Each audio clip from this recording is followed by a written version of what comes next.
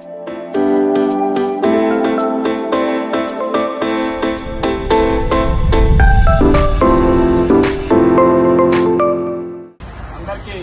నమస్కారం.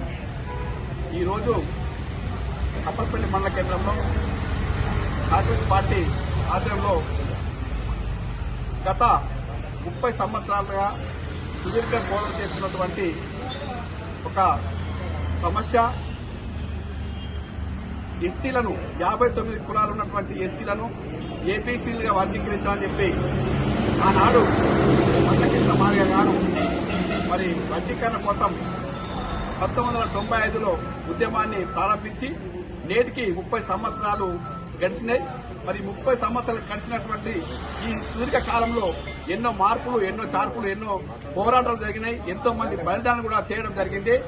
దానికి ఇలా మరి రేవంత్ రెడ్డి గారి ప్రభుత్వం, కాంగ్రెస్ ప్రభుత్వం ఈ 59 కులాలు ఉన్నటువంటి ప్రతి కులాన్ని యొక్క సాంఘిక, ఆర్థిక ప్రతి అంశాన్ని గమనంలోకి తీసుకొని ఏ కులాన్ని ఏ గ్రూపులో పెట్టాలా, ఏ శాతం ఎవరికి ఇవ్వాలని చెప్పి ఒక సుదీర్ఘమైనటువంటి కమిషన్లు వేసి కమిషన్లకు అనుగుణంగా మరి ఈ రోజు మొన్న మరి అసెంబ్లీలో ఏకగ్రీవ తీర్మానం ప్రవేశపెట్టి ఏకగ్రీవంగా ఆమోదించినటువంటి కాంగ్రెస్ ప్రభుత్వానికి, రేవంత్ రెడ్డి ప్రభుత్వానికి, కమ్మర్పల్లి ఎంఆర్పీఎస్ తరఫున, కాంగ్రెస్ పార్టీ తరఫున ప్రతి ఒక్కరికి మంత్రివర్గానికి పూర్తి స్థాయిలో మేము ధన్యవాదాలు, కృతజ్ఞతలు తెలియజేస్తున్నాం.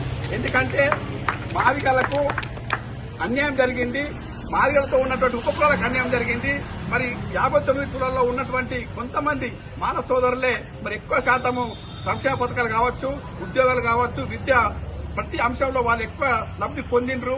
కాబట్టి ఈ 59 ఉన్నటువంటి కులాలకు అందరికీ సమానంగా మరి ప్రభుత్వం ఇచ్చేటువంటి ప్రతి సంక్షేమ పథకాలు కావచ్చు, ఉద్యోగాలు కావచ్చు, అందరికీ సమానంగా రావాలన్నటువంటి ఒక సదుచేతతోటి మరి మందకృష్ణ గారు ఆ రోజు ప్రారంభించినటువంటి ఈ గొప్ప కార్యక్రమానికి మరి ఉన్నటువంటి మరి ప్రతిష్టమైంది. రేపటి నుండి ఈ వర్గీకరణ అమలు చేస్తే మరి 59 కులాలు ఉన్నటువంటి ప్రతి ఒక్కరికి తమాషా ప్రకారంగా అంటే ఎవరు ఎంత ఉన్నారో వాళ్ళ శాతం ఎంత ఉందో వాళ్లకు ఖచ్చితంగా న్యాయం జరుగుతుందని చెప్పి మేమందరం భావిస్తూ ఇవాళ మరొకసారి ఈ ప్రభుత్వానికి, రేవంత్ రెడ్డి ప్రభుత్వానికి మేము ప్రత్యేకమైన ధన్యవాదాలు, కృతజ్ఞతలు తెలియజేస్తున్నాం. జై కాంగ్రెస్, జై కాంగ్రెస్, జై కాంగ్రెస్. రేవంత్ రెడ్డి నాయకత్వం వర్ధిల్లాలి, రేవంత్ రెడ్డి నాయకత్వం వర్ధిల్లాలి.